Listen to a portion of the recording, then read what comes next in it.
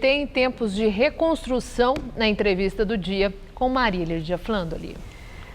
Nosso convidado é o vereador Paulo Fiorillo, presidente do Diretório Municipal do PT de São Paulo. Muito obrigada, vereador, por estar conosco. Eu quero começar com algo que eu acho muito intrigante. O senhor foi sempre um vereador de destaque na Câmara Municipal. E em comparação com o perfil dos seus pares lá na Câmara, o senhor tem destaque também, é graduado em filosofia, tem mestrado em ciência política, tem experiência na administração pública, já foi secretário de município e é o presidente do Diretório Municipal do PT.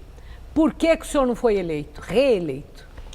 Bom, primeiro agradecer o convite e dizer para você que, assim, na realidade, quando você disputa uma eleição ou uma reeleição, você está sujeito a ganhar ou perder. Aqui em São Paulo, nós tivemos uma vitória importante, aliás, duas, do ponto de vista do Legislativo. Nós tivemos a eleição do Suplicy com mais de 300 mil votos, o vereador mais votado, o vereador do PT. E tivemos 9 vereadores eleitos. Ou seja, nós mantivemos a bancada tinha 11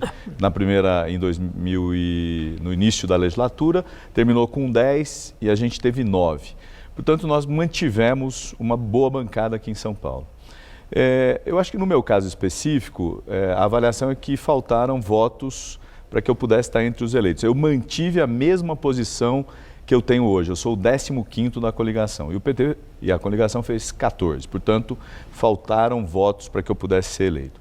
E aí não tem a ver com a qualificação, com a participação no debate, com a formação, tem a ver com o quadro que se criou a partir das novas regras. A onda anti-PT pode ter atingido também o senhor? Não necessariamente, porque a gente teve uma boa bancada, a gente fez 9, mas é óbvio que isso... Mas foi o Suplicy também, teve peso nisso. Teve o Suplicy, teve os vereadores reeleitos e eleitos. Agora, óbvio, a gente teve aqui uma campanha muito forte contra o PT. No Brasil, né? No Brasil e aqui. No Brasil, claro, foi pior. Não foi bom. Não, no Brasil o desempenho foi pior. Aqui, por exemplo, o Fernando Haddad, que estava em quarto até uma semana antes, foi para segundo. Nós não tivemos segundo turno porque o Dória passou incólume no debate do primeiro turno. Mas a gente teria um segundo turno entre o Dória e o Haddad, se tivesse 3% a menos no resultado eleitoral do Dória. Então, é óbvio que houve uma onda contra o PT, nós tivemos poucos votos na periferia, onde eu também tenho uma atuação forte, e serei o primeiro suplente e continuarei presidente do PT no próximo período. Agora, vereador, como é que o senhor avalia o perfil da Câmara, né? Ela reelegeu 33 vereadores, 22 são novos, mais mulheres, mais evangélicos. A Câmara mudou para melhor ou para pior? Essa é uma resposta que teremos ao longo dos próximos anos, mas o que é possível afirmar é que a Câmara ela ficou mais à direita. Apesar de ter mais mulheres, são mais mulheres também evangélicas. Apesar de ter jovens, são jovens com uma concepção mais à direita. Então, portanto, na minha opinião, a Câmara ela tem um perfil hoje mais à direita do que a gente tinha nessa legislatura. Se vai ser melhor... Faz sentido também pela, então, eleição do Haddad. Claro. Né? Tudo isso faz sentido. Agora a eleição do Dória. Mas se vai ser melhor ou se vai ser pior, nós vamos poder avaliar ao longo dos próximos anos. Principalmente pelos debates que ocorrerão na Câmara e pelos projetos que serão votados, tanto aqueles apresentados pelo Dória como pelos vereadores. O que é possível dizer e afirmar agora é isso, é essa Câmara mais à direita do que a Câmara que tínhamos. Bom, o PT enfrenta um momento difícil, o resultado das eleições causa um impacto também nos interesses políticos de petistas que querem uma carreira política, tudo isso é legítimo. Certo? E há aí uma espécie de uma ameaça de possível debandada de militantes petistas, de parlamentares petistas. Consta até que o presidente Lula ficou preocupado com isso e estaria já atuando e foi a Brasília para conversar, numa operação para ficar. O que eu quero saber vai dar para segurar aqueles que querem alternativas e perspectiva de futuro, coisa que não estou enxergando agora no PT? Então, eu acho que o PT tem uma vantagem sobre os outros partidos muito grande. O PT tem como prática o debate político, o diálogo, a discussão interna. Isso tem ajudado muito a fortalecer o partido. Discussão acalorada, que sempre, nesse momento está, né, sempre. Tão Agora, bem elevado. Eu queria dizer uma coisa para você e para os telespectadores da TV Gazeta.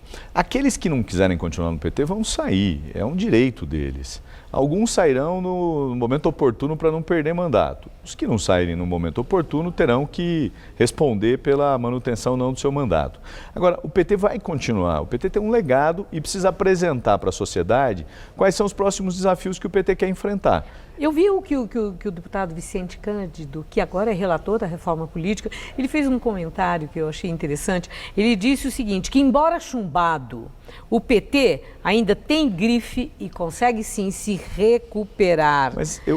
O PT vai conseguir resgatar a imagem que já teve um dia? Maria Lídia, eu acho que a prova disso é o resultado eleitoral na cidade de São Paulo. Apesar de todas as dificuldades nesta cidade, nós tivemos o Haddad em segundo lugar, nós tivemos 9 vereadores eleitos, nós tivemos o Suplicy como mais votado. Portanto, acho que ele tem razão. O que nós precisamos é fazer um grande debate interno, reconhecer erros. E mudar. Reconhecer porque tem erros. Um movimento chamado Muda PT. Né, que tem aí composto por muitos parlamentares de correntes de esquerda, etc., que e deram esse nome, que é uma coisa muito forte, que vai ser apresentado, acho que essa semana ainda. Há um debate, o Diretório Nacional... O PT deve mudar? Então, o Diretório Nacional se reúne no dia 8, 9, aqui em São Paulo, para definir os encontros partidários.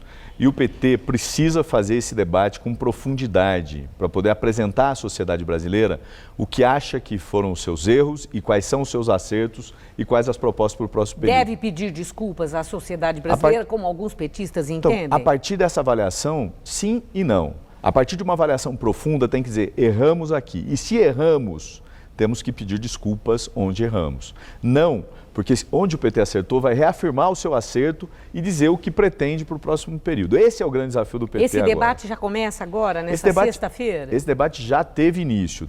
Assim, as tendências internas, as direções, o PT municipal tem feito essas discussões. Há uma discussão geral no PT, nacional. E isso vai passar pelo Diretório Nacional e pelos encontros que virão nos próximos meses, no próximo ano. Eu tenho uma última pergunta, que no PT tem muita gente que acha que tem sim que mudar a direção e já aparecem nomes. Dentre os nomes que aparecem, qual é o que tem mais força política e jeito para conciliar as diferentes correntes de pensamento petistas? Seria o Lula, o Fernando Haddad ou o Lindenberg Faria? Última pergunta, sempre muito difícil. Eu acho que os três têm características próprias que podem ajudar a aglutinar o PT. O Lula, pelo seu histórico, o Lindenberg, pela sua postura. Tanto tem que são os três indicados. Eu quero saber, na sua opinião, como dirigente. É o presidente do Diretório Municipal de São Paulo. Eu acho que todos eles podem ajudar a reconstruir o PT. O que nós precisamos é qual deles vai ter a disposição necessária para enfrentar esse desafio.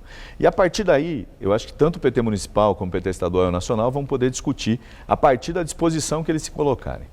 Compreendo. O senhor não quer citar um nome. Boa noite, muito obrigada.